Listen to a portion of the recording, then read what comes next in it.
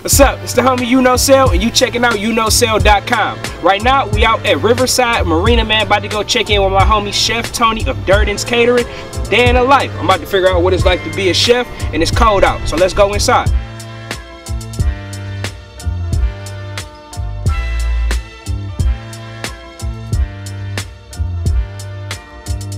Chef Tony, what up? What's up? You alright? Chilling, man. Appreciate you having me today, too. Man, anytime, dude. What we here for, man? Today we got Miss Tracy's 50th birthday party. It's going down. She goes all out. Red carpet affair.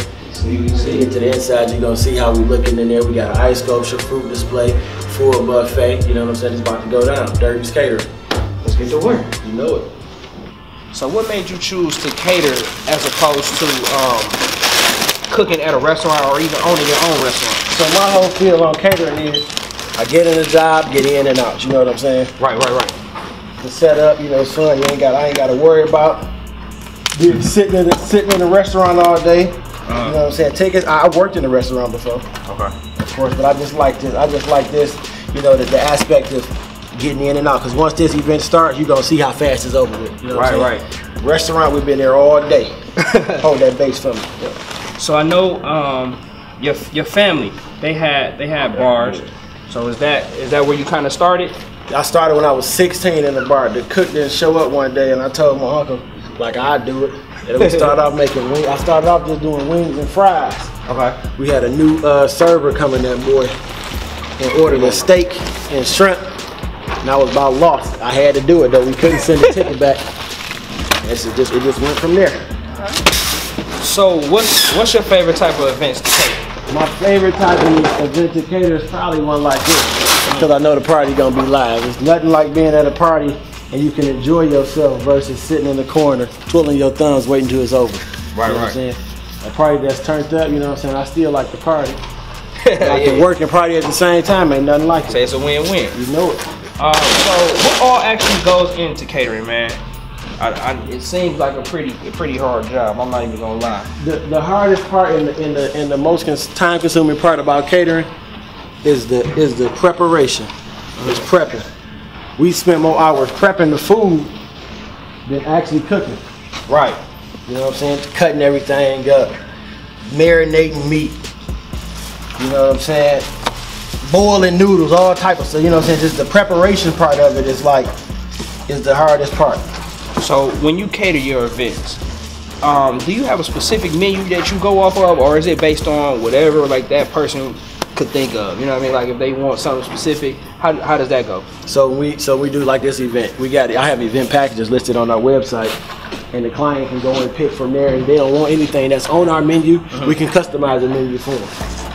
That's dope. That's dope. So let's talk about, we here for Tracy's 50th birthday. So what's Tracy's spread? What's her layout? Today, Miss Tracy got pot roast, baked chicken, mashed red skin potatoes, sauteed green beans, rolls with butter, a mixed green salad, and a fruit and ice sculpture display. Okay. So in the future, outside of catering, do you see yourself like opening up a restaurant?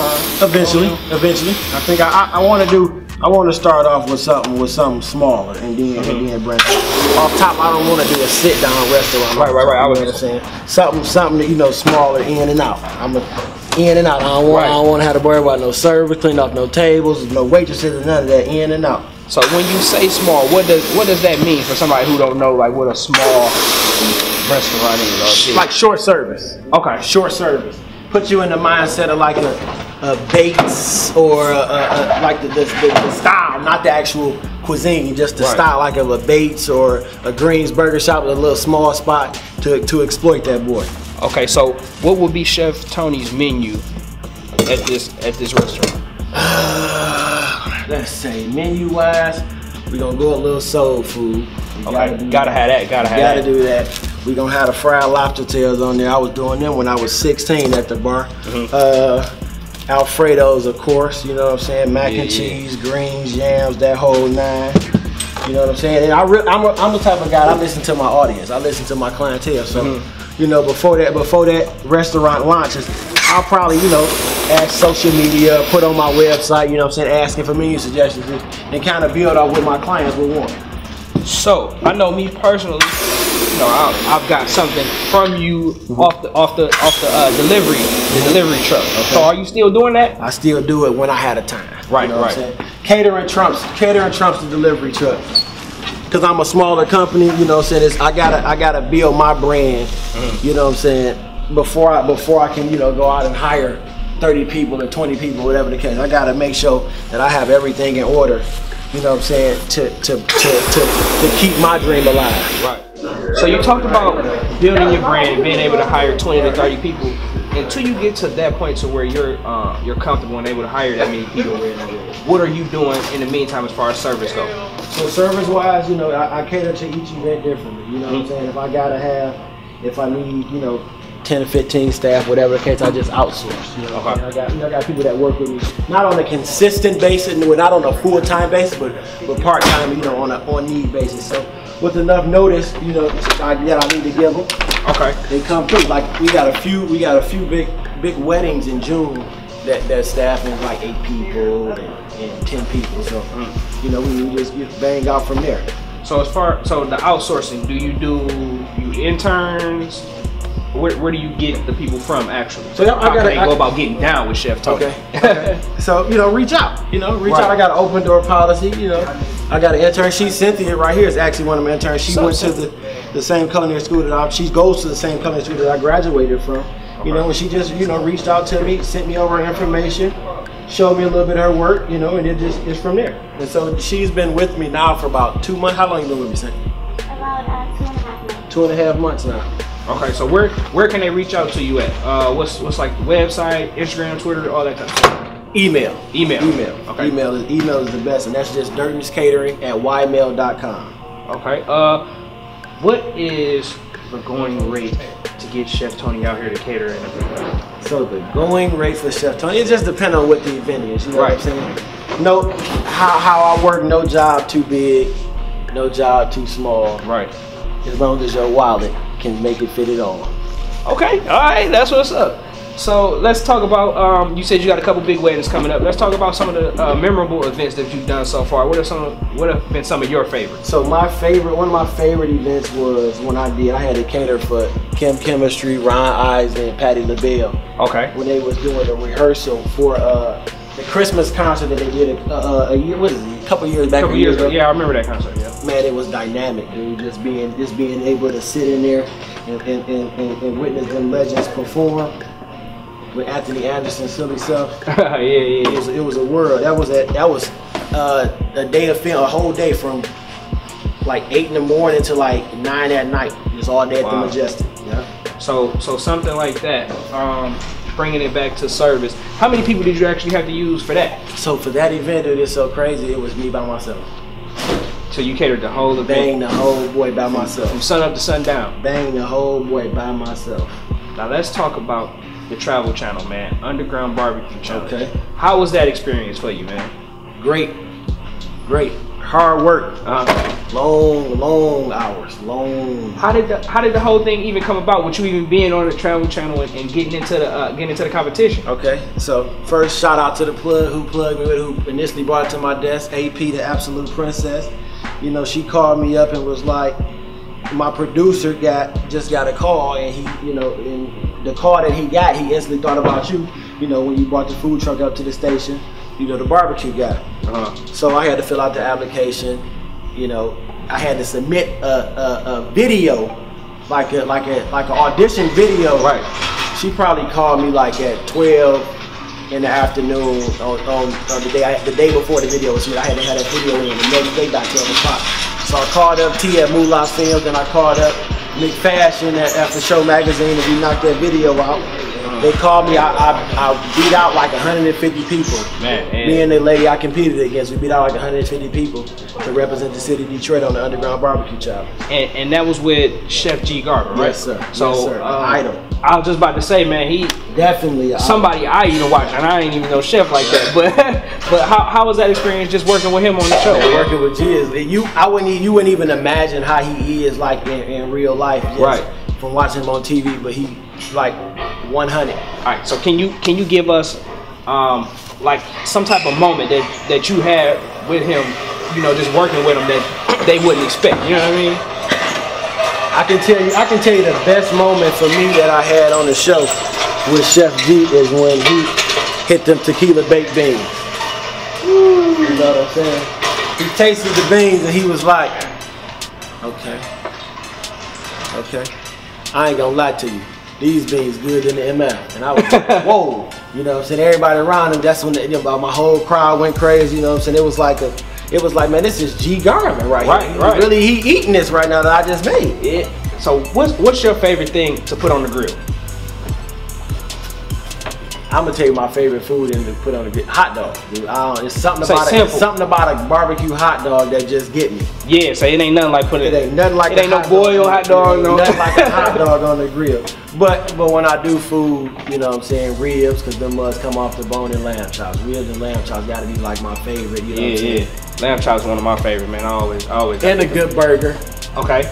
I just like barbecuing, dude. So you know what I'm saying? If I can get a good dog and a good burger, I'm good. And I was gonna say, man, I was on Instagram a while back, man. I seen you post a picture, and it was like looked like a custom barbecue pit that you got, man. Yes, sir.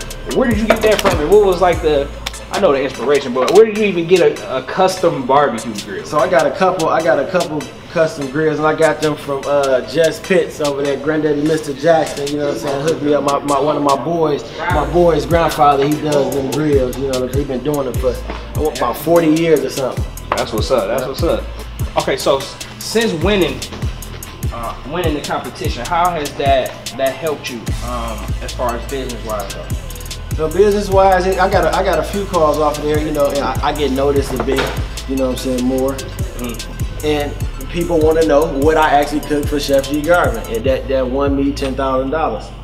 And a lot of times when they ask me that, they want that on their menu for their event. Right. Yeah. So with growing a business picking up, and you being, you know, a family man as well, how do you balance the two, work and family? I make my own schedule. That's simple. Simple. Make my own schedule. And you're a new dad, right? Yeah. So how was that feeling, man? How's that feeling? It's the greatest feeling in the world, dude. I can't see a day without my son, RJ. You know, a new dad and a new he recently got married. Okay, congratulations on both, by the way, man. Congratulations.